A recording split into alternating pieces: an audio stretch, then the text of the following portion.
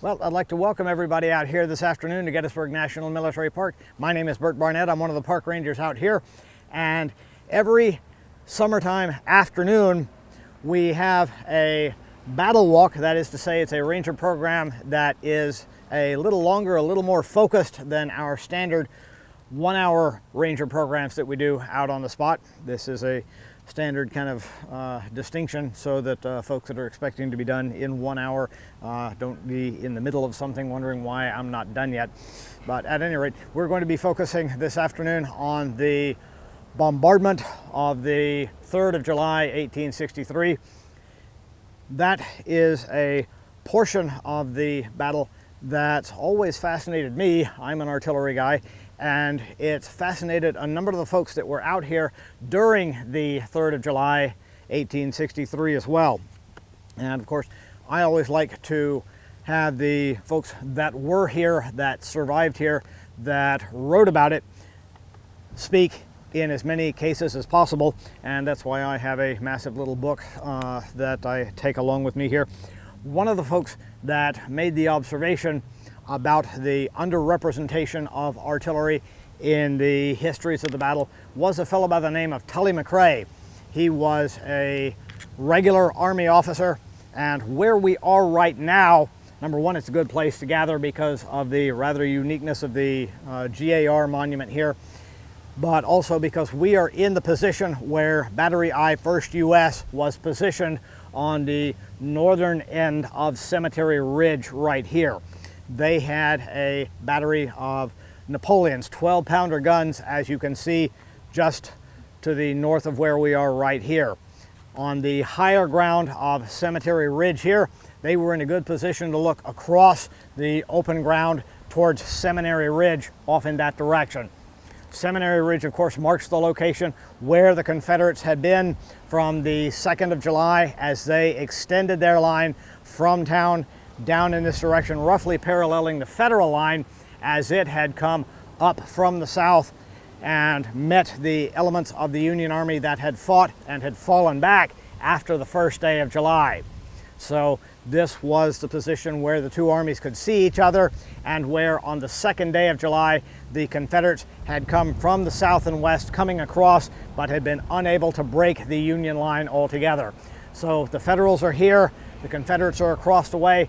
Robert E. Lee had been somewhat frustrated in his attempt to have a coordinated series of attacks on the second day coming from the southwest as well as coming from the northeast, coming down in this direction against Culp's Hill in that way. So he was hoping that he could have another set of coordinated attacks on the 3rd of July, but fate and some of his Army elements were going to be against him at that point. James Longstreet had flat out told him very early in the morning on the 3rd, looking from the Peach Orchard position off in that direction, that the Federal defensive position was one that could not be broken, and so therefore he was pretty much not going to be terribly motivated in terms of trying to do that directly. Of course, he was ultimately going to follow his leader's orders and attempt to work with the plan that was going to be laid out, but apparently it was not in the heart of Longstreet, although that is the spawn of a tremendous literary debate of which more books have been written on than I think many other subjects in human history. But one of the things that Lee was very much aware of was the fact that the Federals now hold the high ground across the way here. One of the battles that the Confederates had had a great deal of success at was in the fall of 1862 at a place called Fredericksburg, actually the winter of 1862. At that particular location, the Confederates held the high ground and they looked down across an open field where the Federal Army had come across. At that point in time, Robert E. Lee's artillery advisor was a fellow by the name of Edward Porter Alexander. And Alexander said, quote, "A chicken could not live on the field in front of the Confederate position." Well, you're going to see something akin to the reverse of that at this particular point.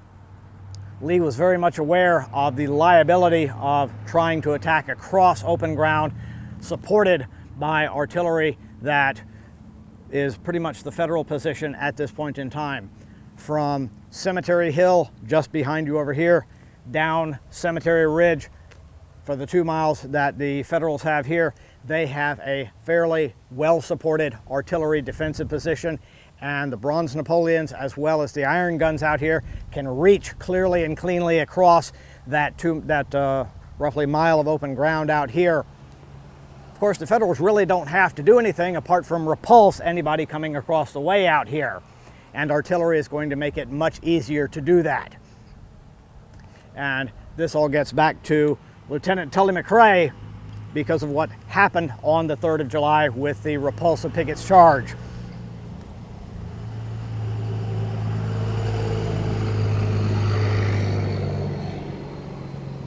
Lieutenant McRae, who was a lieutenant here at this point in time, he is later, of course, going to be promoted in later years, but in 1896 he will say this. He will say, "Gettysburg has been discussed from every point of view except from that of the artillery, yet every account of that battle refers to the effectiveness of that arm.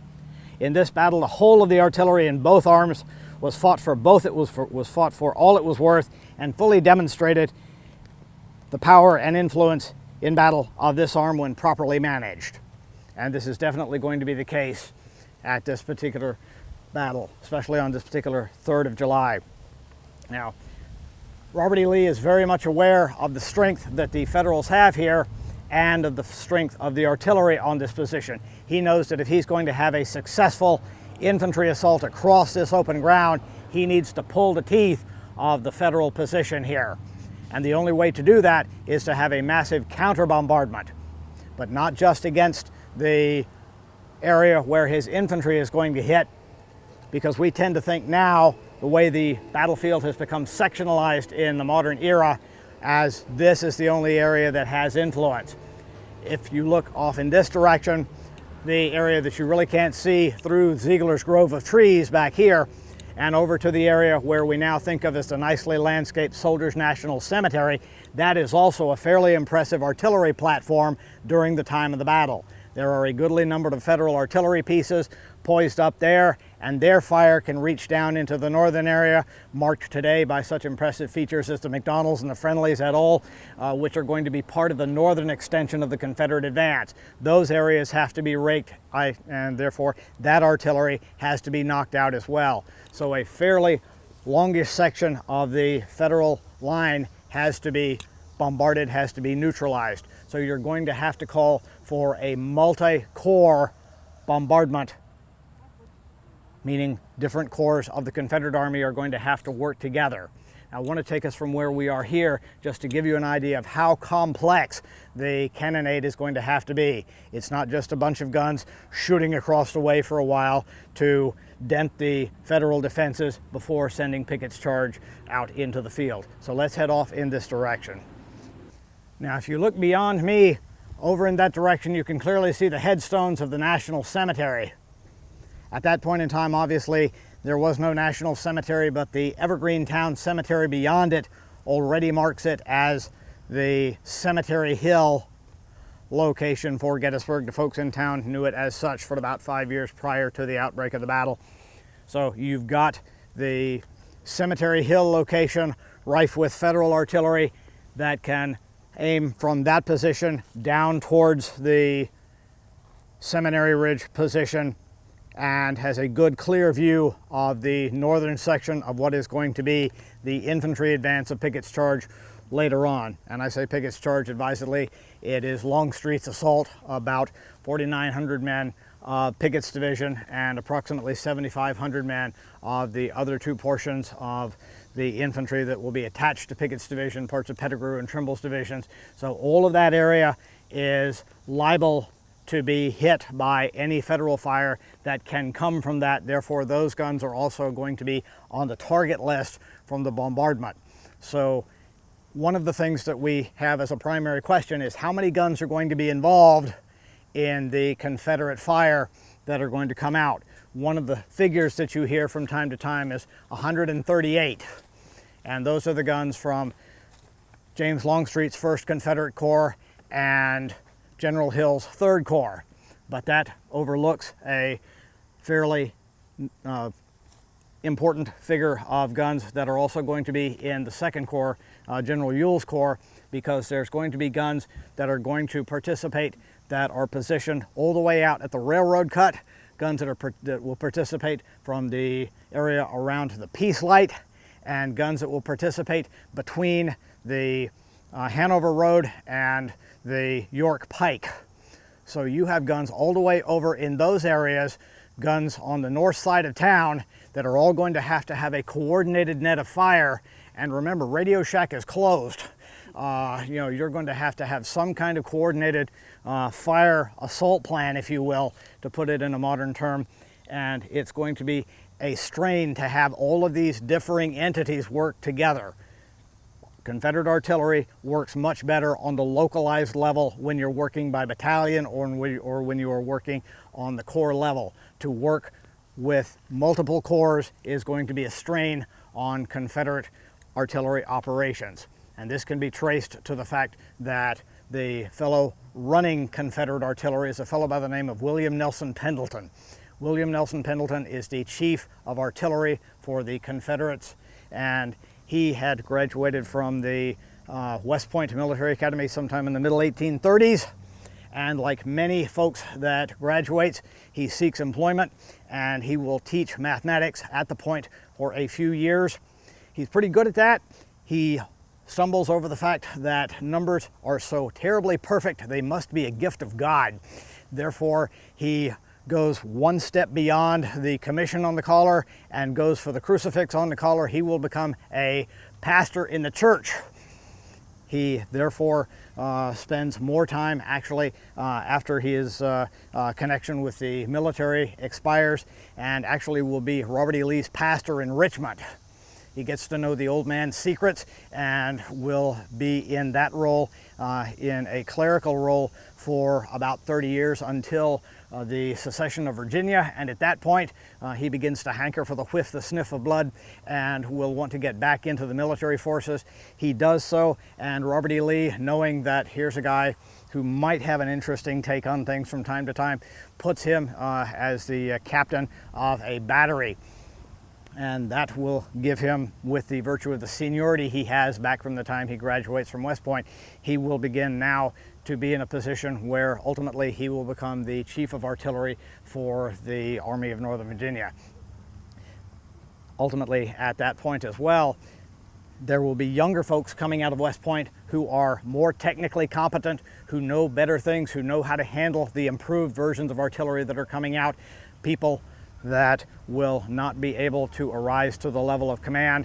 Edward Porter Alexander is one of those. Edward Porter Alexander graduates in the last couple of years prior to the outbreak of the war, and therefore he will wind up at the Battle of Gettysburg merely being a reserve battalion commander under Longstreet, and therefore they will have to do a number of little workarounds, if you will, to get him merely to command a section of those guns that are going to be able to bombard on the third day out here.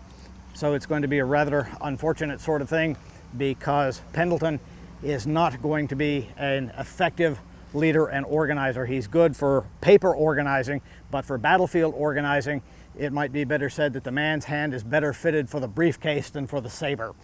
So it's going to have a series of liabilities, and one of them is getting the entire Confederate artillery outfit to work together. Now, that's not to say that that the Confederates are not crippled by other things that they could not perhaps control mechanically. When you have ordnance production, that means you have a couple of fires in Richmond in the spring of 1863, and many of your shells are unreliable. Many times the fuses do not work correctly. Sometimes they burst in the gun, sometimes they burst just ahead of the gun, sometimes they don't burst at all when they're supposed to burst. That means that you cannot use shells over your friendly forces because you don't know when they're going to go off. These sorts of things make your artillery somewhat less than effective when it's called to work in circumstances like this. So you're going to have problems in that regard. But at any rate, you have this long arc of guns that are supposed to be able to be poised. If anybody has ever read E.P. Alexander's books, he will complain viscerally about how instead of having this long line with a great line of guns that's parallel roughly to the long shank of the Federal fishhook, which means you only have a very, very small flight time of shells coming across, instead of guns that could have had the shells flying a long axis, which means it doesn't matter if the fuse bursts here or here, it would still burst above the enemy line doing damage to it, but instead you've got only a Kodachrome millisecond when it goes right here. Lots of flaws that could have been better exploited, but they are not. And some of that goes to organization, and we'll talk about that a little more a little later. But I just wanted to give you all a little bit of the snapshot of some of the problems that the Confederates are going to have. Now, they will set the bombardment up on the morning of the 3rd when Robert E. Lee realizes that with the 5:30 a.m. attack that the Federals will mount against Culp's Hill to drive the Confederates out of the trenches at the lower base of Culp's Hill, his hope of getting a coordinated attack like he was hoping for on the 2nd will go away. And that's when he realizes that firmly, if he wants to maintain the momentum, he's going to have this bombardment to go after the center of the Union line. So when all of that begins to fall into place, he's going to have to order that bombardment, and setup starts in the morning of the 3rd, and it's finally going to begin at 1:07 p.m. There's a fellow in town who normally takes the notes for the meteorological notes, how high the temperature is, how high the humidity is, all that sort of stuff. He will also note that the bombardment begins precisely at 1:07 p.m. in the afternoon. Now, some folks say that the first shell hits Little Round Top. Some folks say that the first shell hits somewhere in the middle of the line. But in any case, it's going to be an imbalanced applied, that is to say, it's not applied with the same strength in all points of the line. The guns that they have between the York Pike and the Hanover Road are not there with the same amount of force that they could be, because even though they are positioned in a good spot to do good damage, they will not wind up being as effective as they could be. Oliver Otis Howard, the fellow commanding the Federal guns on Cemetery Hill, will say that he saw one shell go through 6 horses standing broadside. So they're in a good position there to do damage while they do, because remember, Seminary Ridge runs this way, and the position, which if you're familiar with the Benner's Hill position from the bombardment on the 2nd day, it's basically moved across the Hanover Road to get it out of the reach of the Federal guns on Cemetery and East Cemetery Hill. But those guns can still, from their advanced position, the 20-pounders can reach back and go right through the horses and the gun crews right there. So they do a good job, but they don't have the men, and they don't maintain the position long enough to do enough damage in the crossfire that they have the ability to from that position. So while they could, they don't. So there's not going to be as much damage done there, and those guns will be able to shell down here later on when the infantry comes across. So that's part of the story there, and I wanted to get that done so that we could begin to talk about what happens down in the other areas. So let's head back up this way. About the 108th New York over here, every unit that fights out here will have a marker or a monument. They don't allow they don't see many Confederate infantry monuments out here. Reconstruction is a very effective sort of tool for making monumentation a low priority for Confederates. But one of the things that you will see with Federal monumentation for the regiments out here is that, you know, you've got 3 branches of service, cavalry, infantry, and artillery. And of course, every branch wants to use their monument to tell their story about what they did. And of course, everybody wants to highlight their high point moment about being out on the battlefield. And every once in a while, you'll see a moment of brilliant, shining honesty out on a battlefield and on a monument. 108th New York, these guys are out here, and they're in a very bad spot. They're supporting, that is to say, they are with the artillery out here in this area in Ziegler's Grove of Trees. And the moment they most remember is when the artillery fire starts from Seminary Ridge, and they get pelted to tar out of by the bombardment focusing in on the area around here. The battery is very prominent out here, and General Winfield Scott Hancock, commander of the 2nd Corps, and anywhere you see a monument that's got the clover leaf on it here, that's the Corps insignia for the 2nd Corps. Those batteries get ordered to fire in spite of the artillery chief of the Army of the Potomac, a fellow by the name of Henry Jackson Hunt. Henry Jackson Hunt knows that the proper use of artillery in defense is to wait until you see poor piddling infantry soldiers come out in mass and you shoot them. And so he doesn't want to waste the artillery ammunition on distant batteries at the far range of your effective fire. You let the infantry guys come close and then you blast them in mass. But General Hancock is here. He's the commander of the entire 2nd Corps. By that time, General Hunt, who had ridden the entire length of the Union line all the way down to Round Top, was actually on Round Top when the bombardment started, had talked to each one of the battery commanders, either a lower graded lieutenant or a captain, told them that he wanted the artillery to hold its fire when the mere bombardment started. But General Hancock comes along, says, "Why are you quiet? And I'm here. Hunt's not. He's a single star. I'm a double star. I want you to start making your guns talk." So at this point in time, all of these batteries on the 2nd Corps will start firing. That will draw the fire back.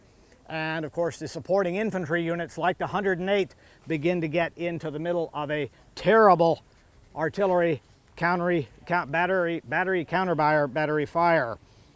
And that's exactly what E.P. Alexander will note.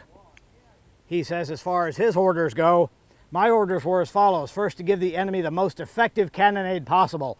It was not meant simply to make a noise, but to try and cripple him, to tear him limbless, as it were, if possible. Then further, I was to advance such artillery as could be used in making the attack." So he's not there to provide a smokescreen. He's there to do whatever damage he can to totally knock out the artillery in there. And one of the things that's going to leave an impression on is definitely the guys in the 108th, because they're going to talk about just how effective that is in their memoirs. "Our artillerymen sprang to their post at once and replied with more than their usual pluck and spirit, but they were being rapidly overpowered, worsted, and fairly battered out of existence. I could plainly see their caissons being rapidly blown up. Horses rolled in heaps, tangled in their harnesses with their dying struggles. Wheels knocked off, guns capsized, and artillerists going to the rear or lying on the ground, bleeding in every direction." And this is one of the officers in the 108th. So normally, when an infantry unit has its time to put its monument up, they put a guy proudly up, standing upright, pointing a musket at the enemy. But these guys were straightforward, honest. They're laying flat on the ground with a cannon in the rear. And of course, the ubiquitous little and big Round Top behind it. This is Gettysburg. You got to have that signature thing there somewhere. So I just thought it was very neat that they would go ahead and have that there. Now, of course, at the same time this is going on, you've got that tremendous crossfire that's eating some of the units over on the Cemetery Hill area alive. One of the fellows over there talks about the effect of the shots there. Now, Major Osborne, commander of the 11th Corps Artillery, says, "An Ohio battery was sent to me, and that battery had been under fire but a few minutes when information was brought to me that the men there were throwing ammunition out of the chests into some trees to represent that it was expended, and so they could retire from the field. You're out of bullets, you can't stick around. I went to the battery, gave the captain some orders in some emphatic English, and then left him. A few minutes later, several of the men called out, 'Look, Major, see the cowards!' I did look and saw that Ohio battery with all the men mounted on the ammunition chest, tearing down the Baltimore Pike. They're getting out of Dodge. I never saw that battery again. Doubtless the captain reported to the commander of the reserve artillery that he and all of his men were heroes, as they had been in the hottest of the fight. At all events, the giant monument on Cemetery Hill stands today to the credit of that battery, and he's referring to Huntington's Battery, which is one of the monuments you see along the walkway there in the National Cemetery. Well, it's not exactly as the Major remembers it. Anybody here ever been in a situation where something doesn't work right? Do you continue to use that thing that doesn't work right? Okay, well, there's a little bit of a backstory to that particular view. Captain William McCartney of the 1st Massachusetts, one of the other batteries that's ordered up to fill that spot, has a spot in his report that says, "This command was ordered into position to relieve the 1st New Hampshire battery said to have been out of ammunition. I collected from the ground which had been occupied by the 1st New Hampshire 48 rounds of 3-inch projectiles, the shells that had been thrown away, in perfect condition. 22 were found by the position which had been occupied by 1 ammunition wagon." Now, in defense, the fellow commanding that New Hampshire battery said, "I expended this day 248 rounds of ammunition and case shot, making 353 total expended. The Hotchkiss time shell and the Schinkel percussion fuse worked well, but the Schinkel combination case shell seldom exploded." You know, they're in that crossfire I'm talking about, that early crossfire, and they're finding some of their ammunition doesn't work. And that's what they're ditching. They're going through the ammunition box, finding those shells don't work, and they're getting rid of those.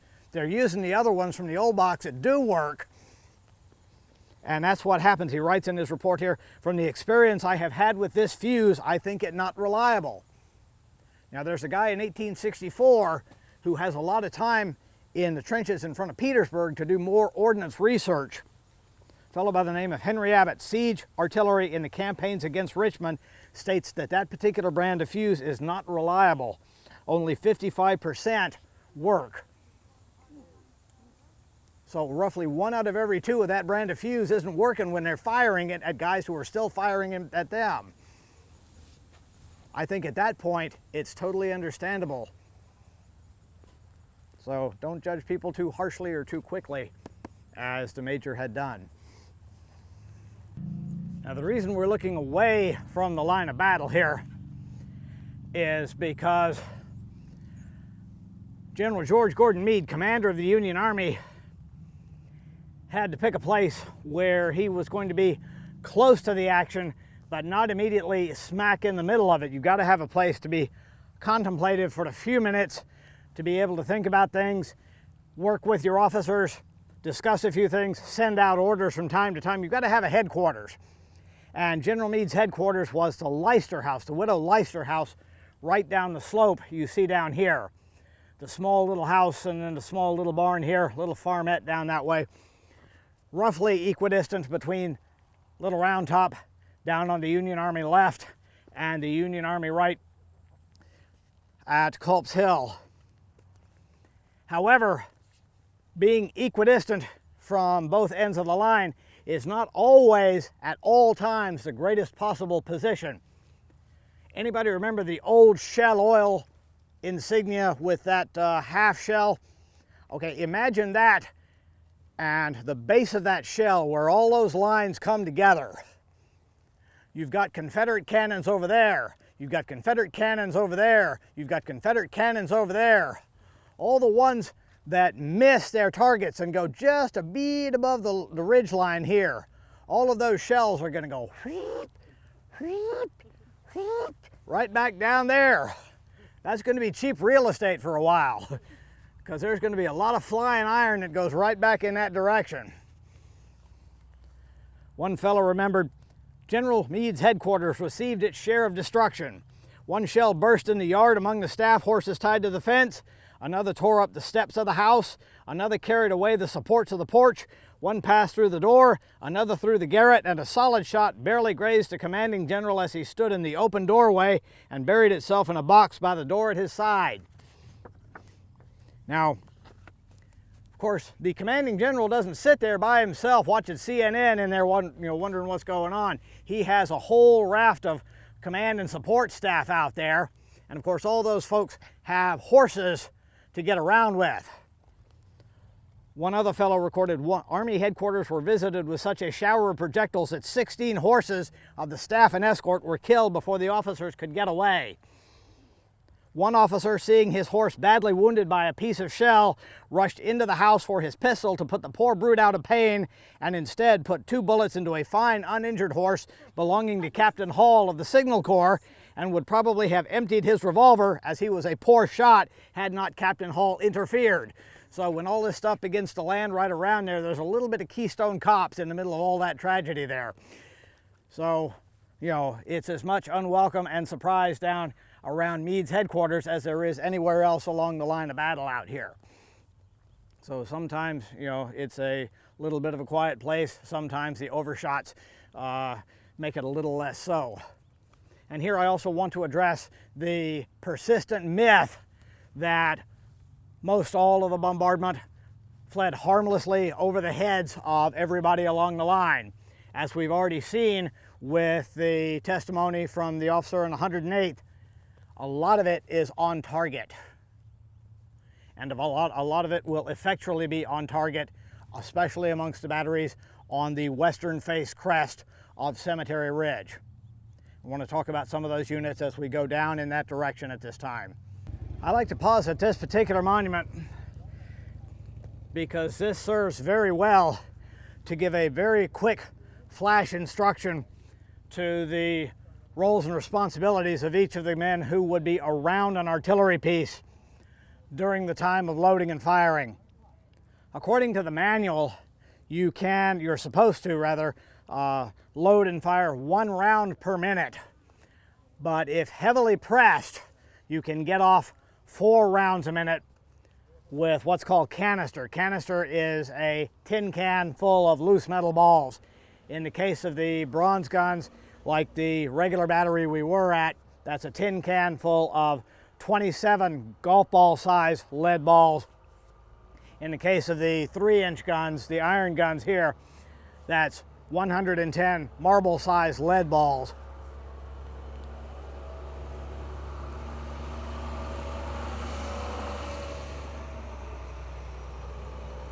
In any case, they will tell you that it takes 10 men to do it. That's Union rules with a small u there. The actual number of men it takes is approximately 5. You would have a number 1, the guy with the staff in his hand there. He actually has a 2-headed tool, but the other head is represented artistically down here. You have a sponge rammer. There's a sponge here at one end of it and a rammer head at the other. This bucket is going to be down on the ground by drill, and the bucket contains water for the sponge head to be dipped into, because whenever you fire the thing, you want to make sure that all the sparks are out of it from the powder load that's been in it. When it's discharged, obviously you need a fresh load of ammunition. That's what the role of the number 5 man here is for. He goes back to the ammunition box to limber and will bring up a fresh load of powder and projectile, brings it up in theory to the number 2 man, who is now on extended medical leave. And while this is going on, he is sponging out the barrel, keeping a good eye contact with the number 4 man back here, actually the number 3 man back here, who's thumbing the vent and making sure there's no air getting in or out to fan any sparks back there. But the number 5 man here, after he comes back up, brings this up to the, if he's not bringing it up to the number 2, he brings it up, places it in the muzzle of the barrel, and the number 1 man will load the powder and the projectile, push it all down, make sure it's seated well, then he'll come back out. The number 3 would then go back to the back of the barrel, and the number 3 and the number 4 would work to open the thing, open the powder case, which you can do with a little wire of this sort, stick it down in there, and then prepare a friction primer to be inserted. And the friction primer is basically just a very fine diameter brass tube with a little bit of gunpowder in it and a little bit of dried chemical compound at the top with a wire running right angle through it. And when all that's done, while that's going on, the gunner, who was not in this picture, would step up, make sure the gun is aimed properly by using the elevating screw and tapping the thing one side or another to have it adjusted one way. When that's all done, then the thing is done and positioned. The gun crew members would step to the side of it because the whole thing's going to roll back when it fires, and then the number 4 would take the lanyard, which is what he's in theory stretching up and out, making sure it's all clear, no knots in it. And at that point, the command would be given to fire, and you can fire the gun that way. When you're doing it quickly because of enemy coming forward to you, you can dispense with the swabbing out procedure because you're going to be doing it so rapidly that it's probably going to premium on its own. And at that point, that's how you do it. But the manual says no more than 1 round a minute, again, unless you're being heavily pressed. So that's how the minimum number of folks here, according to the manual. Now you can take casualties, and actually the manual will be fringed in black paper and it says drill with diminished numbers, but you don't want to have to do that if you can avoid it. And what you would rather avoid altogether is having untrained infantry people come over to help you. Disaster bodes well in that circumstance. But at any rate, that's a brief look at how a gun crew in the field would work. It's got a couple of shortcuts to it, but that's pretty much the way it would be done. So just wanted to give you a little bit of a brief look out with that, because that's going to be the story connected for a couple of things we're going to run across here. Just down in this way here, when we get into the one battery displayed more in full than any others, Alonzo Cushing's 4th U.S. regulars down here in the angle. Before we get too close to the trees, I want y'all to notice over on the right over here, the other vehicles across the road. The vehicle you see with the wheel tilted up on the back, that's a caisson. A caisson is a 2-wheel vehicle that has 2 more ammunition boxes, just like a limber here, but it is hitched to another limber, which is one of these 2-wheel cart vehicles with another ammunition box, making 3 ammunition boxes altogether and a stable 4-wheel vehicle. It is drawn about by 6 horses, as would this vehicle be. This is also got a little ball and hitch in the back here, which connects to the gun itself. Ideally, when you're working a battery and firing, you draw your ammunition from the caisson so that you always have a full chest of ammunition to support the gun when the gun is by itself. And that's the way that works. Behind the caisson for each gun, you would have what's called a battery wagon, which also has 6 horses. So for each gun, you'd have 6 horses for the battery wagon, 6 horses for the caisson, 6 horses for the limber. So you're looking for a lot of horses, a lot of teamsters, the drivers for that. Each battery would also have a portable blacksmith shop known as a forge. So you're looking at a lot of logistics to support the fire of 6 cannons. So there are a lot of logistics as far as the artillery goes. Merely to be able to get out under heavy pressure, if we go back to that double canister with the Napoleons, with the 12-pounders, 1,298 golf ball size balls every 60 seconds, which is about what you get out of an M60 machine gun in 1972, which can be done by 3 guys. But it's still pretty vicious. It's not what you would want to run into face to face. But on the morning of the 3rd of July, looking off in that direction, we're talking before the bombardment, the Confederates start plinking away with some of their guns. A.P. Hill's Corps begins to start shelling what some of the folks over on the further southern side consider to be some erratic waste of artillery ammunition. But it may also be that what they're doing is just kind of smoking out where the guns are, because once these guys fire back, the smoke literally rises and they now know where the guns are. They now can begin to make adjustments, figure out if we're going to have a bombardment, we need to fire right there, and that's actually kind of what they do. So it actually makes some sense, because when the bombardment actually gets underway, the following is going to take place. They will not only be able to hit effectively, but they're also going to be able to cause a number of casualties. You know, let's see here. Around 8 o'clock in the morning, the enemy explodes 3 limbers of Battery A, 4th U.S. We replied to their fire within 5 minutes, and an explosion took place in their line. The firing lasted about 30 minutes up to 11 o'clock. That's the erratic artillery bombardment. Now, during the firing, when the main bombardment starts, the guys are tending to their detail, and according to one account, suddenly with a shriek, a shell came right under the limber box, and a poor gunner went hopping to the rear on one leg, the shreds of the other dangling about as he went. And of course, with all these men tending the horses to the battery wagons and the caissons as well, you know, you've got guys who have been in previous battles that are dealing with this as well. And one teamster is wounded. Now, I don't know how many of you have seen the reenactors that go about from time to time that are part of our living history community and otherwise.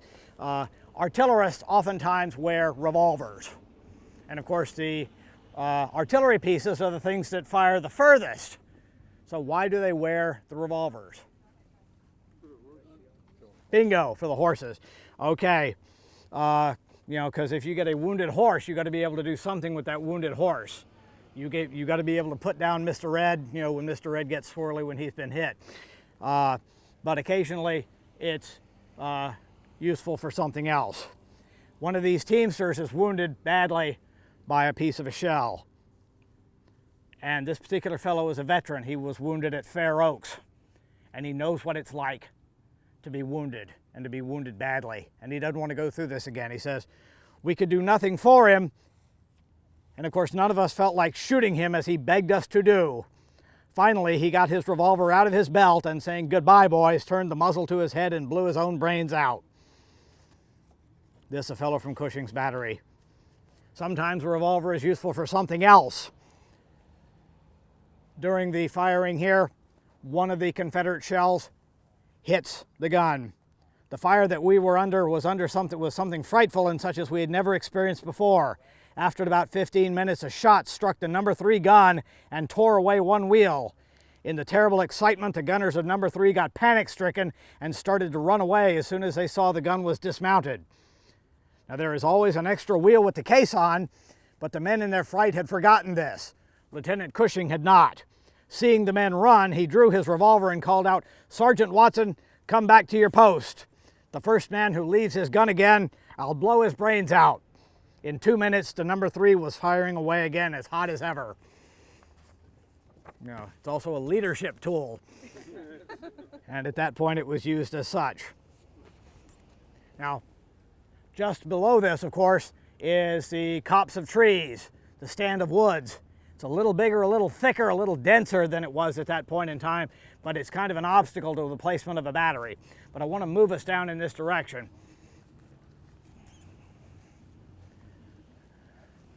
We're going to jump into the 1890s here for just a moment.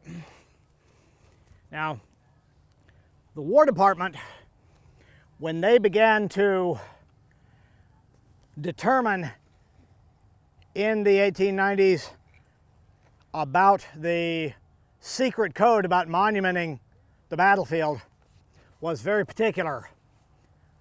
When a unit wanted its monument placed, it looked at what the theme of that area was and whether that unit was eligible to place its monument in that spot. And in this whole area around here, the theme was the 3rd day of the battle and dealing with Pickett's charge. Well, that monument that you see across the road with the ball on the top and the 2 green guns just to the right of it is for Battery B, 1st Rhode Island. Well, Battery B, 1st Rhode Island was actually over here on the slope where we are. It had its Napoleons placed here, and it was helping to fire back into the Confederates across the way there. And during that period of time, they were undergoing a fairly accurate shelling from the Confederates across the way. And now that you've had the little tutorial on what a gun crew goes through as it loads and fires the gun, take in this account from one of the infantry supporters that's working with the gun on the battery here. Billy Jones and old Mr. Gardner were killed.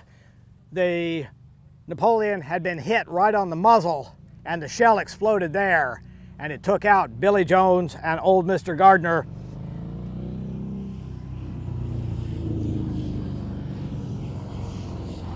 My number 3 wounded and went to the rear. My number 4 played out and on the ground. I covered the vent by using a piece torn from my shirt with a rock set on it. I then went and held a shot in place while the sergeant swung on with a rammer. I had to hold it in on account of that dent in the muzzle made by that rebel shell, and we could not get it in. Someone came on with an axe, and as they were going to make a strike with it, a rebel shell struck the side of the cannon and exploded, knocking out a wheel. This raised the gun up on the other wheel, but did not dismount it. It didn't tear the barrel off, but the whole thing flipped up on one side. This put a stop in trying to load it, as you may well imagine. The gun and cooling had clamped onto the shot so that we could not get it out again. The barrel is now sticking onto the ball. Now, of course, to get it past that smear, that disfigurement on the front of the barrel, they had already torn the powder bag off and pushed it in with the rammer. So they've got this thing halfway loaded like this, and now they figure, well, they're going to have to send it to the rear, let the armorers take a look at it, figure what they can do with it, and maybe bring it back into service. But by the time they actually get some attention paid to this thing, the whole Pickett's charge, the Battle of Gettysburg, is over. And so now they have this disfigured souvenir. And given the fact that the Battle of Gettysburg is what it is, this thing becomes a souvenir with some heightened meaning to it. And it makes kind of a victory bond tour, if you will. And it winds up going and spending some time at various places for people to look at it. But eventually it makes its way back to the Rhode Island State House, where it will sit until the centennial, until the 1960s. And some student of the Civil War in the Battle of Gettysburg will come and take a look at this and say, you know, I found this story about this gun and how it came to be. And if that's really the case, this thing may very well be loaded, and it may have 2.5 pounds of gunpowder in the belly of it. Now, black powder is different than modern powders. If you let it sit there, it'll stay live, and sometimes even get more live. It'll still have a kick to it. And so they took the barrel and had it fluoroscoped, and sure enough, there was all this crumbly stuff in the tummy of it, and they wound up having to drill very carefully because they didn't want to remove the ball. The ball was placed there by 2 veterans of the Civil War who are now dead, and they drilled a small hole under the center of the barrel, and but using that hole and the vent in the top of the barrel, flushed it all out, rendered it safe, and put it back on its carriage. And in 1988, the 125th anniversary of the battle, they brought that gun on that original Battle of Gettysburg carriage and put it right back out here where it had been on the 3rd of July, 1863. And that's pretty cool. And if you ever get a chance to visit the Rhode Island State House, you'll see that gun. And this picture doesn't translate very well with distance, so I urge you to go see it if you're interested.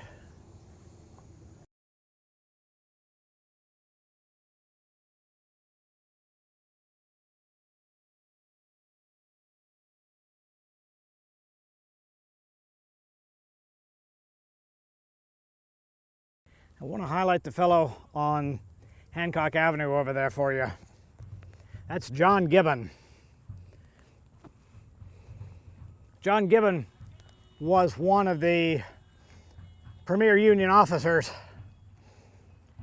and prior to becoming the commander of the 2nd Division of the 2nd Corps commander, he had been an artillery officer. And Henry Jackson Hunt, the commander of the Federal Artillery, who was as unlike William Nelson Pendleton as you could possibly find, he was an exceedingly well put together mentally artillerist. He was a fellow who envisioned all sorts of improvements that could have been made for artillery, went around in the 1850s training the regular army for all sorts of things that gave it a sharp edge. As a matter of fact, had an interesting discussion with some of the Confederate officers at the Appomattox location once they were going to be brought back into the fold at the surrender, and pointed out that he was concerned about the spread of the artillery fire over into different points. And one of them, a fellow by the name of Armistead Lindsay Long, said, yes, I was concerned about the spread of the artillery fire and wondered what you would think about it. As obviously, and Hunt jumped in and said, you had not done justice to your instruction. Hunt commented at one point, because of the apparent failure to retain good artillery officers because their because their promotion was very slow. Many of them, as did Gibbon, eventually defected to other branches of the service. Hunt would note, he said, not only does the service suffer from a great deficiency of officers of rank, but a policy which closes the door of promotion to battery officers induces discomfort and has caused many of our best officers to seek positions wherever they can find them, and will remove them from this branch of the service. And that's what happened to John Gibbon. But Gibbon never ceased to be, in the back pit of his brain, an artillery officer. And so when he's going around the battlefield, he is very much observing what's going on out here, especially as the artillery shells are coming from the Confederate side, and he's taking note of how they fly. He says, the large round shells could be seen plainly as in their nearly completed courses they curved in their fall towards the Taneytown road, but the long rifle shells came on with a rush and a scream and could be seen only in their rapid flight when they upset and went tumbling in the air, creating the uncomfortable impression that no matter whether you were in front of the gun from which they came or not, you were liable to be hit. And of course, if you think you're going to be hit, you do strange things. Now, he is out here, Gibbon is, and he is observing what is taking place. Of course, it's very, very hot, very, very humid out here, and you're near the headwaters of Plum Run Creek out here at this point. And so he watches a, quote, a man with several canteens hung around his neck was crawling back through the wet ground, evidently fearful of the shot and shell soaring over his head. As our party came near, I called out to him, "Look out, my man, you might get hit." At the sound of my voice, he turned his head, looked at me, and then, as if inspired by a new idea, rose to his feet and walked deliberately back to his regiment, no doubt arguing with himself that if two could walk erect, there was little danger to a third. So, it's interesting to observe him in that regard. But of course, on a battlefield, there is always danger. You just don't expect it from your own line. I want to point out to you the 20th Massachusetts monument there, what appears to be the unfinished monument there. Now, behind them, back in that direction, you will see another artillery battery, Rorty's New York battery. And Rorty's New York is, of course, firing in that direction. They're firing to knock out some of those Confederate guns on the northwest portion of the Confederate line there. This group of artillery of rifle guns up there having a pretty effective firing afternoon. Now, a lot of times you hear about bad Confederate artillery, unreliable Confederate artillery. You hear about it much less on the federal side, but here's going to be one of those instances of friendly fire. According to the account, one of the first rounds to be fired by Rorty's battery was defective, exploding just after it left the muzzle and cutting down Lieutenant Henry Ropes of the 20th Massachusetts, which was defending the low wall in front of the guns.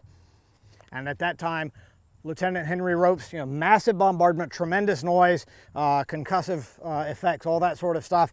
And you've got a lot of guys that are doing what they can to make their soldiers calmer, more relaxed under that. And at that point in time, Lieutenant Ropes is reading from a volume of Charles Dickens to try and calm his men. And at that point, he's smote with a fragment from one of the bursting shells from Union artillery. So, at that time, they do the only thing that they can, and they pull their battery in front of the infantry line. So it's a pretty nasty afternoon as the guns gear up at this point in time. The unit just above that, actually just below that rather here, the 19th Maine, commanded by a fellow by the name of Colonel Henry Heath, or Colonel Heath, excuse me, Francis Heath. Had too many Heaths in this battle. And at any rate, Colonel Heath, he will write in his report that all we had to do while undergoing the shelling was to chew tobacco, watch caissons explode, and wonder if the next shot would hit you. On the whole, it was not a happy time.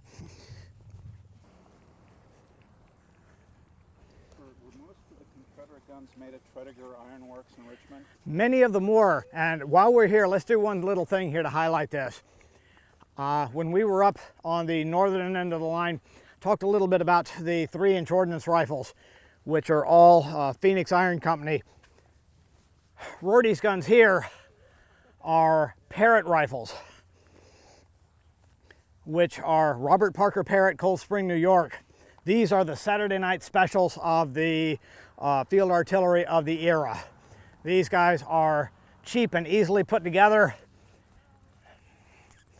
These two particular tubes are War Department repros from the 1890s, so they're all cast iron, but in the original construction, the main tube is cast iron, and then the seat belt, this thing here at the back, is a wrought iron reinforce to keep it from exploding. When you get into the bigger versions, because they made 10, 20, and 30 pounders, and then into the 100, 200, and 300 pounders later,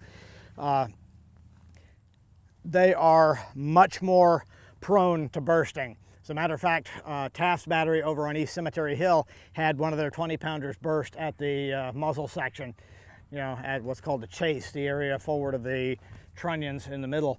And so they will go bad on you from time to time. So folks that had experience with artillery pieces tended to like, for accuracy, these are great. I don't know what it is, the cutting of the metal. These are very accurate, but I wouldn't want to work them for a long period of time.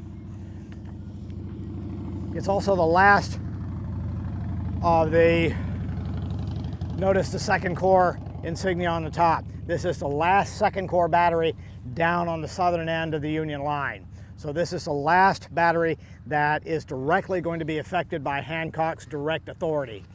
After that, you begin to get back into that Hunt-Hancock debate that's going to be down this way. So when Hancock starts coming down here, nothing else down this way is going to be firing.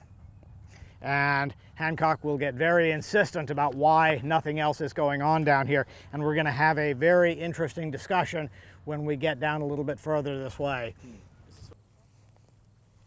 Just to make sure I didn't get any questions about why we're not mentioning these guys either, because Julian Weir's regular battery was one of the batteries that was involved in the activities out here on the 2nd day. They actually got captured for a while and then reclaimed. He will be involved in the activities on the 3rd here as well, but that's not an accurate position marker for them because of the fact that they're involved in many activities out here on the 2nd and then will be moved up to the north of there later. The War Department, being on a budget as it was, decided to put one marker for them in a generic approximated location. So that's kind of their spot there, but didn't want to have anybody asking about that at that particular moment. But since they are an approximated location, they kind of form a juxtaposition between the 2nd Corps guns and the reserve guns that we're going to be dealing with out here.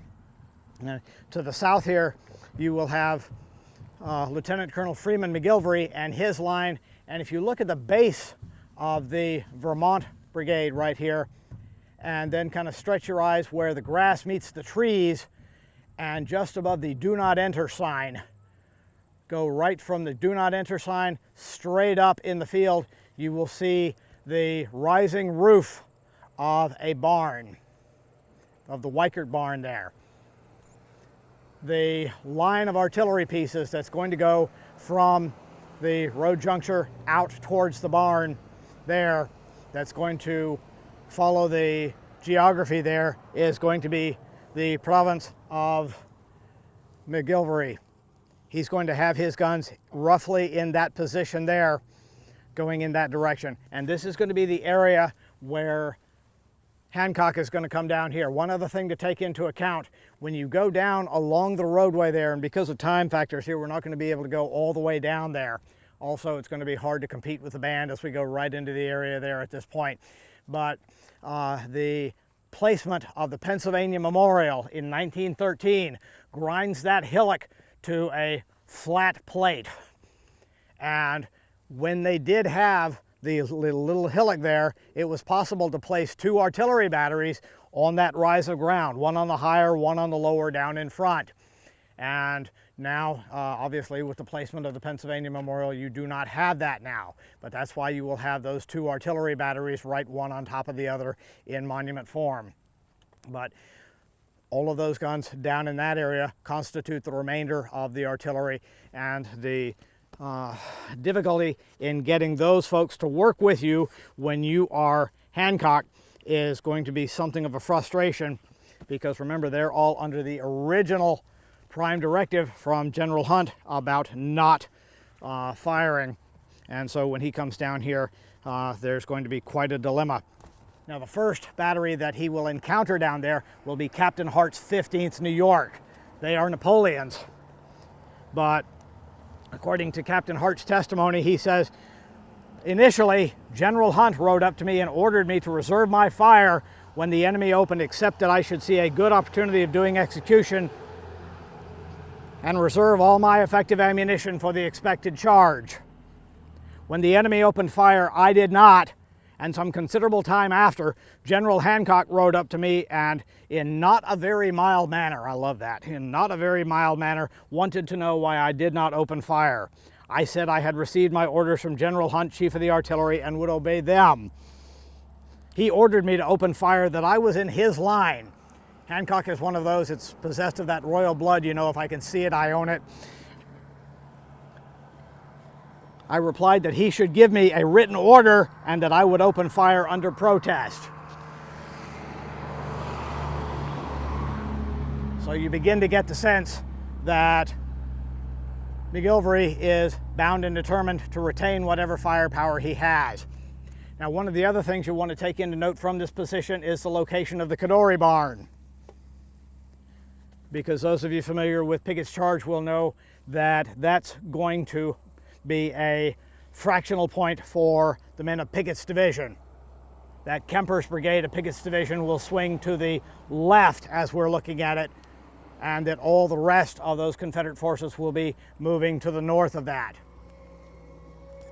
So as Kemper's guys will eventually be unleashed after the bombardment starts, or after the bombardment ceases rather, that they're going to be the ones that are going to descend into that lower grouping there. There's this theory that I have to contend with that says McGilvery's guys are not effective because their fire couldn't have hurt what they can't see.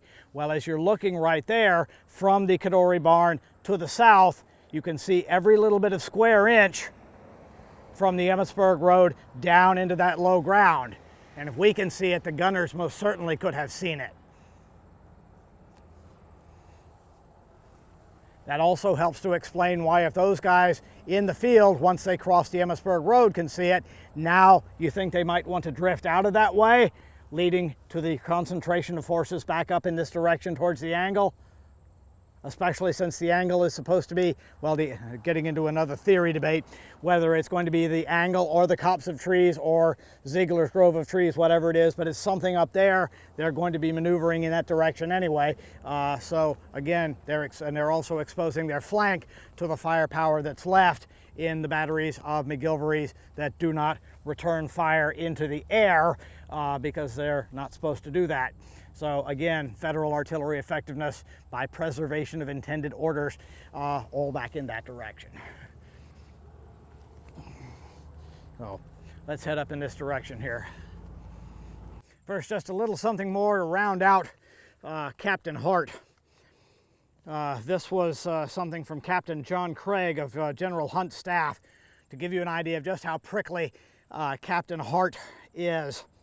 Quote, It was exactly his way to be riding about in the manner most likely to attract the attention of anyone swelling for someone to swear at. You know, this is a cat you don't flush in the toilet. This is somebody who's going to claw your arms off. I found that to be rather engaging. But McGilvery has 39 guns. And again, he's going to position them down in that extension. And they will therefore be in a good position to hold off and to be that kicker when the Confederates begin to make their advance. And of course, close to 3 o'clock, with the bombardment having exceeded by far the initial 15 or 20 minutes that was penciled in by Robert E. Lee for the length of the bombardment, the Confederates are really wanting to get this thing going, or at least the Confederate leadership is really determined to get this thing going. But the Federals have begun to figure out that all this is the organ music before the movie starts. So the order will be given down the line, and in Federal sources there are a few divergent claims as to who comes up with this idea. Whether it is Hunt, whether it is Howard, who it is not clear, but that a general ceasefire not be ordered, but an irregular ceasefire be ordered to various batteries along the way. And that, plus the damage that has been done, because Battery I, 1st U.S., Cushing's Battery, the Rhode Island Battery, you know, there's 18 guns, and E.P. Alexander will speak of the 18 guns he sees pulling out, quote, of the cemetery, which we know now is more the Angle area.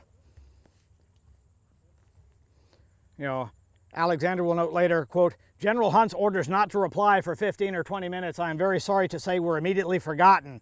I hope he court-martialed every rascal of them forward afterwards, for all of us Confederates might well have enjoyed that 15 minutes. But instead of giving us a beautiful exhibition of discipline, his whole line from Cemetery Hill to Round Top seemed in 5 minutes to be emulating a volcano in eruption. He goes on to say, I rather too think that I concur with Hancock's idea that the Federal policy at Gettysburg should have been to keep their batteries firing at least as long as ours were, for they had superiority in number and caliber of guns and in quality and quantity of ammunition. Their policy should have always been to fight us to exhaustion if we would but give them the chance, for exhaustion would have come to us first. And that's why they're very happy to note that reduction in Federal fire. At first, he says, I thought it was only crippled guns, but I discovered entire batteries limbering up and leaving their positions. Now, it was a very ordinary thing with us to withdraw our guns from pure artillery duels, but the Federals had never done anything of that sort before, and I did not believe they were doing it now. I felt encouraged to believe that they had felt severe punishment, for surely here was a new departure in their conduct. So they begin to get their infantry in order. This is close to 3 o'clock. They begin to get their infantry in order, and they begin to make the preparations for the infantry to advance. And of course, from here, it's a little hard to see, except to know that when the infantry will begin to advance, it will be broken in the line by the existence of the Kadori barn and house hidden in the trees there, and a goodly portion of it will extend to the left of that, and therefore be a target for a goodly number of fresh Federal batteries whose ammunition chests are full to the south of where we are here. And when they do that, Captain Hart and Captain Phillips of the 10th Massachusetts with their rifle guns will be able to join in on that. Captain Phillips of the 10th Massachusetts will say, as soon as the rebel line appeared, our cannoneers sprang to their guns and our skylanced batteries poured in a rain of shot and shell which must have sickened the rebels of their work. I never saw artillery so ably handled or productive of such decisive results. It was far superior even to Malvern Hill. You know, and it strikes me that's a year and a day. And of course, one thing that we don't bring into too terribly much up here is that Little Round Top, with its regular battery, Battery D 5th U.S. Artillery, has 6 guns up on its summit. Now, they've only got 4 of them that can initially be used, and as the Confederates begin to move out even closer to the east, only 2 of them will eventually be able to be used, but they will be able to be used very effectively even in their reduced numbers. Lieutenant Rittenhouse, who is the commander after Hazlitt is killed on the 2nd day, will say this. He says, "I opened on them with an oblique fire because instead of just shooting straight across into their line, he will be shooting down the flank." And of course, you know, when you have the infantry formations the way they are, 2 men shoulder, 2 men shoulder, 2 men shoulder, 2 men shoulder as they are, you can do marvelous things in that close order with those artillery projectiles. "I opened on them with an oblique fire and ended with a terrible enfilading fire. Lieutenant Samuel Peoples pointed the first or right piece and Sergeant Timothy Grady the second piece, both splendid shots. When the enemy got a little more than halfway to our lines, I could use only those 2 guns, as the others could not be run out far enough to point them to the right, but Peoples and Grady tried to make up for the loss of fire from the other guns. Many times a single percussion shell would cut out several files, then explode in the ranks. Several times almost a company of men would disappear. Almost every shot pointed by these 2 men seemed to go where it was intended." So that's what the artillery on the end of the line is delivering, even as they're beginning to get hit fairly effectively from McGilvery's guns. Captain Hart, with his Napoleons and their larger canister and their larger shells, would say, "When his infantry commenced to advance, I fired shell and shrapnel until the right of his first column came within about 500 yards of me when I opened with canister, which took with good effect. His second line appeared to be coming direct for my battery. I turned all my guns on that line, every piece loaded with 2 canisters. I continued this dreadful fire on this line until there was not a man of them to be seen." So while everybody seems to focus on what's happening up there a little later, there's a fair amount of artillery effectiveness going on in the fields down in the low ground out here. Now, in response to all of this, the Confederates are not sitting on their hands in the center of the line. Alexander is trying to get together what forces he can. And let's see what he does here. He is putting together, basically he's going down the line at individual guns, asking the key question, do you have more than 15 rounds? Do you have more than 15 rounds? Do you have more than 15 rounds? If you answer in the affirmative, you get pulled forward and you and your caisson moves forward up towards the peach orchard. But of course, one of the differences between what you see out there now and what was there then are there are more fences in the fields at that point. And they have to clear some of those. And one of the things that he writes that kind of sticks at that point is the visual effectiveness of the battery fire back and forth that's left its mark across the way. Alexander says on the fire, he says, "We were halted for a moment by a fence, and as the men threw it down for the guns to pass, I saw in one of the corners a man sitting down and looking up at me. A solid shot had carried away both jaws and his tongue. I noticed a powder smut from the shot on the white skin around the wound. He sat up and looked at me steadily, and I looked at him until the guns could pass, but nothing, of course, could be done for him."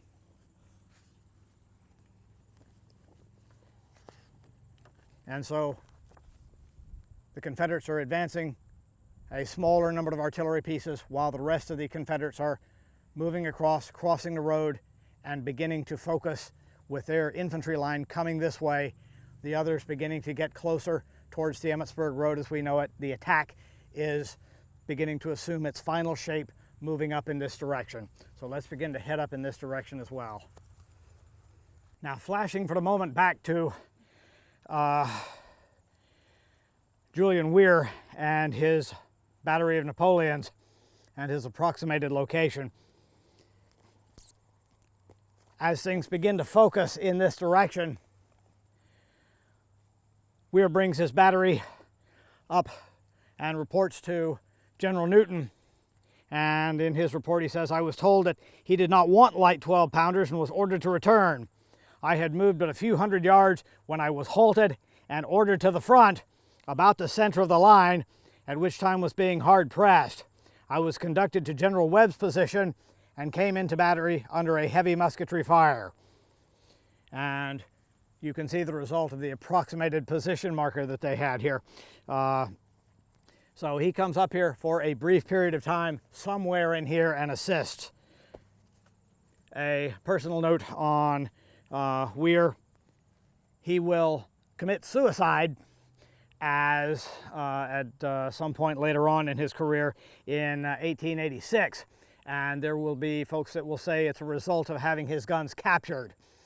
However, the intensity of the fight that takes place out here on the 2nd is noted as one of those situations where guns can be lost with honor.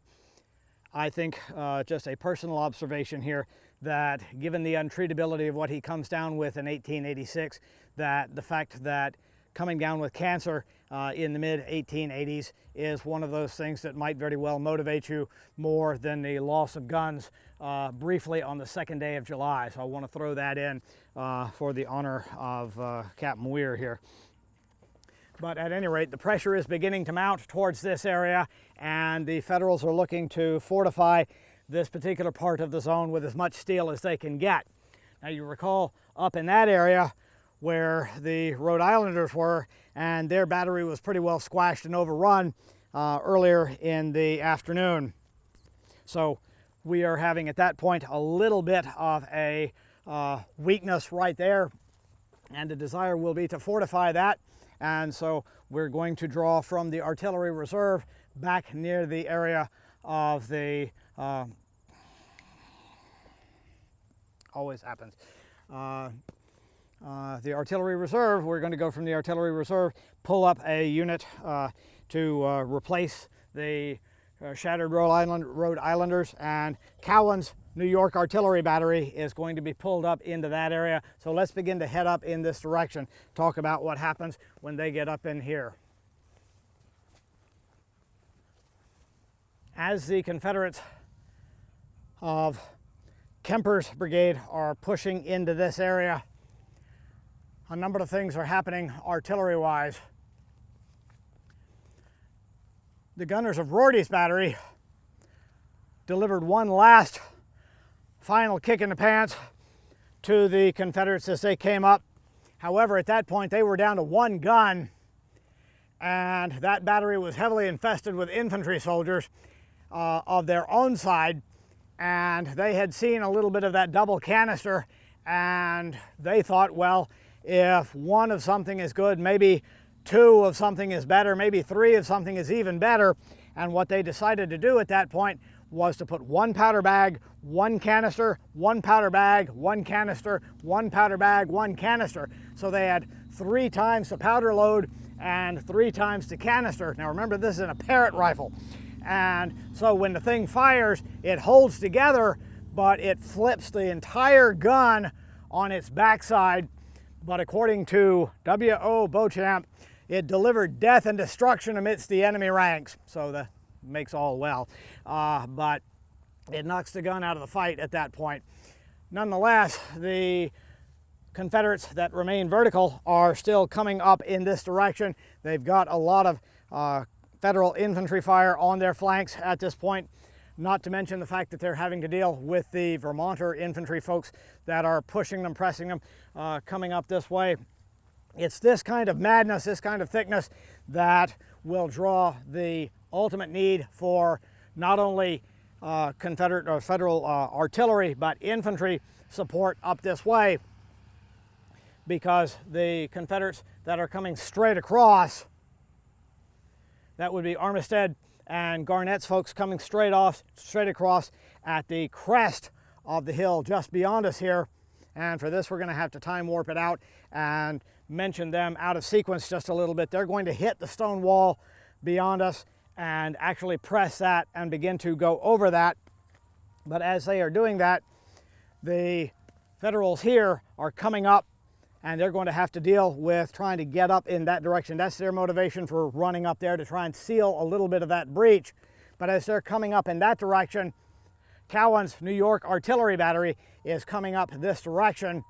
And of course, they've got 6 guns, 6 3-inch ordnance rifles. Earlier, somebody asked me about why do we have that marker up there. That's the memorial for Cowan's Independent Artillery Battery. Andrew Cowan will be a prodigious writer into the latter years, and in 1911 he'll write in the New York Herald his account of this. He says, "Another officer shouted to me, 'Report to General Webb on your right.' I hesitated a moment, as Webb belonged to the 2nd Corps while we were with the 1st Corps under Doubleday. But I saw an officer standing near the clump of trees waving his hat at me, and I saw that a battery was withdrawing." And of course, that's Brown's Battery B, and disabled and out of ammunition. Well, they move up into position there, and as they move up into position there, they're going to encounter not only the nearness of the Confederates, but also the nearness of the men of the 71st and 69th Pennsylvania up in that direction, because many of the 69th are actually out ahead and in that rough grass you see to the west of the line. And of course, they don't want to be in front of those artillery pieces. They'd rather be behind them. Makes perfect sense, but Cowan doesn't quite see it this way. He says, "Quite a number of the infantry ran away through my guns. One was a captain with his sword tucked under his arm, running like a turkey. I swore at him as he passed me. I saw Corporal Plunkett pick up something from the ground and smash it over the head of one of the frightened boys. It was a big tin coffee pot, the loot from some Dutch frau's kitchen. The blow broke it in the bottom. I can still see that fellow running with the tin pot well down over his ears." But of course, the Confederates are going to come as well, and they will be coming up from the direction here, because as the Federals have moved up this way, the small plaques that you see at the base of the clump of trees there happen to be the same infantry units that will pivot coming up in that direction. As a matter of fact, when Cowan's guns come up in this direction, they of course are pulled by horses, and that first lead team of horses gets so fired up by following the infantry in that direction, they will actually pull the first gun team into the clump of trees. So you actually have 5 guns that occupy the slope from the clump of trees down this way, turning their muzzles into this direction facing Kemper's brigade. And that's pretty much the way it goes. "A large number of the enemy leapt up and rushed forward to capture my guns. A Confederate officer, followed by a number of men, crossed the wall. I heard him shout, 'Take the guns!' as I shouted the order, 'Fire!' hurling 220 chunks of metal into each of the 5 guns upon them." Now, of course, they're not here by themselves at that point. By this point, Alexander's guys in the peach orchard have set up, and they are beginning to fire back in this direction. And that's going to draw fire into the Federals who are established along the line here. A cannon shot tore a horrible passage through a dense crowd of men in blue who were gathering outside the trees. Instantly, another shot followed and fairly cut a road through the mass. And one of the guys in the 69th recalled it this way: 2 of Cushing's pieces were placed in the front line of battle. And of course, that's up in this direction here. So we want to head up this way, talk a little bit about what's happening up the top of the angle here. Now, if you look straight down in that direction, follow the road, you'll see the back of a white barn just to the left of the road. Then you'll see the backside of a red barn. Then you'll see another red barn with more white ventilation windows there. That kind of gives you a layout of where the peach orchard would be. It's in that area that the Confederates have gotten their guns again and are firing back up into this area. Anthony McDermott of the 69th Pennsylvania is talking about the 2 of Cushing's pieces that are advanced to the stone wall at the end of the initial bombardment that are down here, and the gunners on the Confederate side sight at them because, number one, the stone wall is about 2 feet higher than you see it now, and they've actually cleared up some of the spots in the stone wall so that the guns can actually fire through that. It says 2 of Cushing's pieces were placed in our line of battle. These did more harm in that position to us than they did to the enemy, as they only fired 2 or 3 rounds when their ammunition gave out, and one of those rounds blew the heads out of 2 privates. Besides, these pieces drew upon us more than our share of fire from the battery that followed Pickett from the woods opposite us. The gunners left us, leaving their guns behind, hence they were useless. Now, I don't know how many of y'all have ever seen any of those old Western movies where there's, or maybe even F Troop, where the cannon is used as the butt of the jokes, and on occasion they put all sorts of junk in it.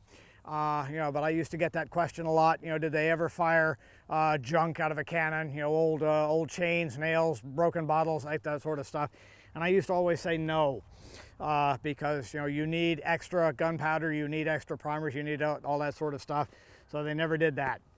They did once, right over there. The infantrymen of the 71st Pennsylvania, during the testimony about the 72nd monument that took place in the Pennsylvania court system, everybody had to testify. And at the height of the combat out here, when most of the artillerists had figured their job was done and began to go back up the slope up here, the untended enlisted men around the gun here, one of them said this, Sergeant Major William S. Stockton of the 71st Pennsylvania.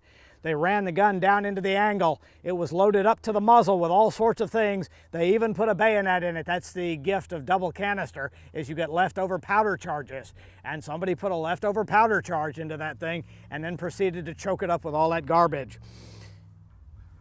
While we were there, a non-commissioned officer of Cushing's battery came up and told us to sight it along the Emmitsburg Road.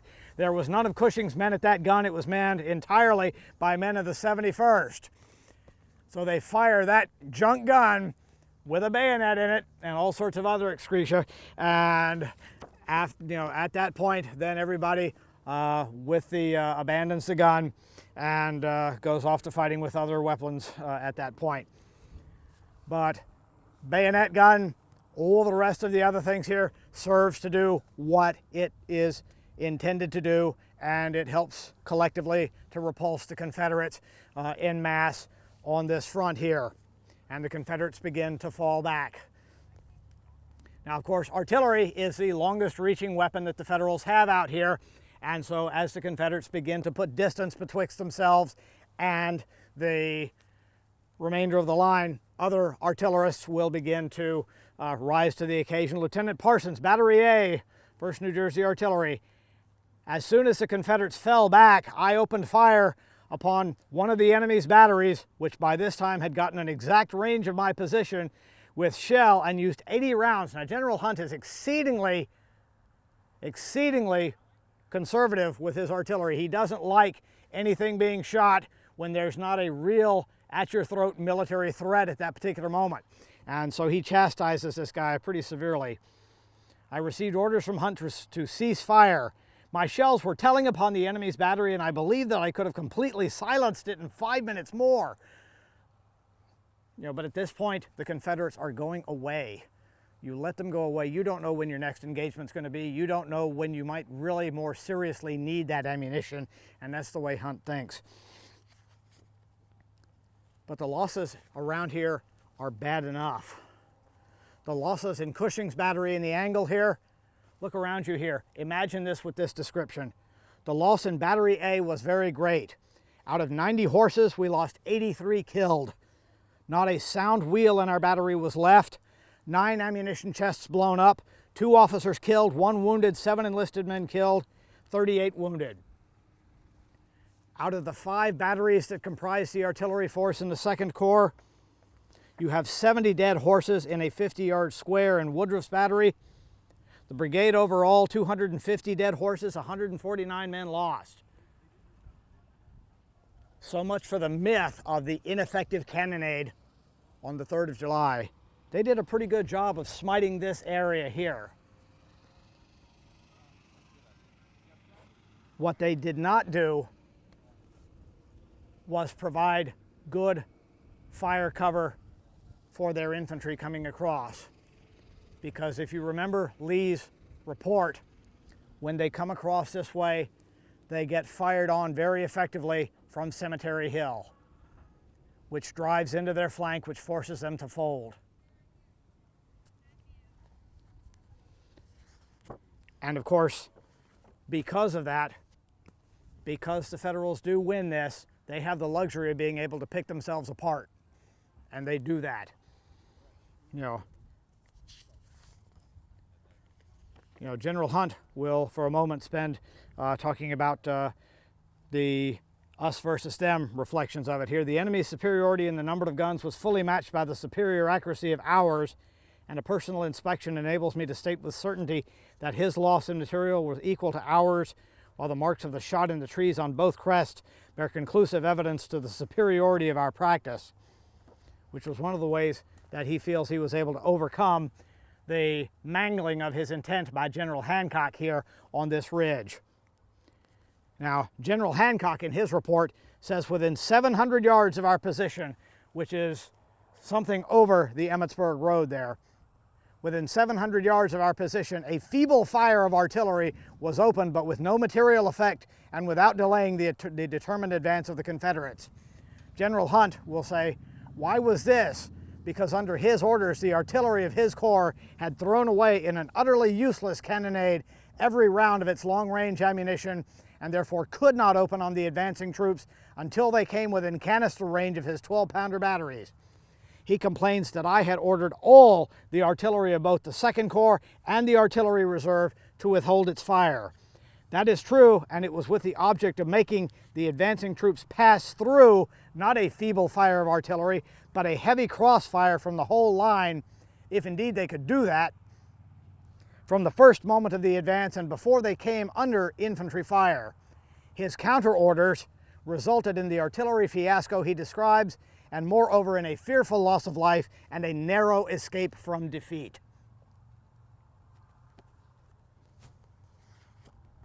General Hunt goes on to reflect on what might have been, and I'll close with that. Had my orders been carried out fully, I think that their whole line would have been, as half of it was, driven back before reaching our position. As it was, the splendid valor of Pickett's division alone enabled the Confederates, though defeated, to preserve their morale intact. Had they been repulsed without coming into immediate contact with our infantry, their morale would have been seriously impaired, their sense of superiority humbled. To a certain degree, especially in times after this battle, the Confederates thrived on the idea that they had broken this line. It's almost the old Indian mentality of counting coup. We didn't beat you, but we touched you. We got you. And if Hancock's battle plan, his fire control plan for this field, the reserves firing into the field at that angle, the 2nd Corps firing into the field midway, just what he described on that previous quote, had actually been effectively enacted, the Confederates would have been stopped on the other side of the road. And Hancock subverted that from happening. That concludes my program for you this afternoon. If you have any questions, any comments, I'll be about.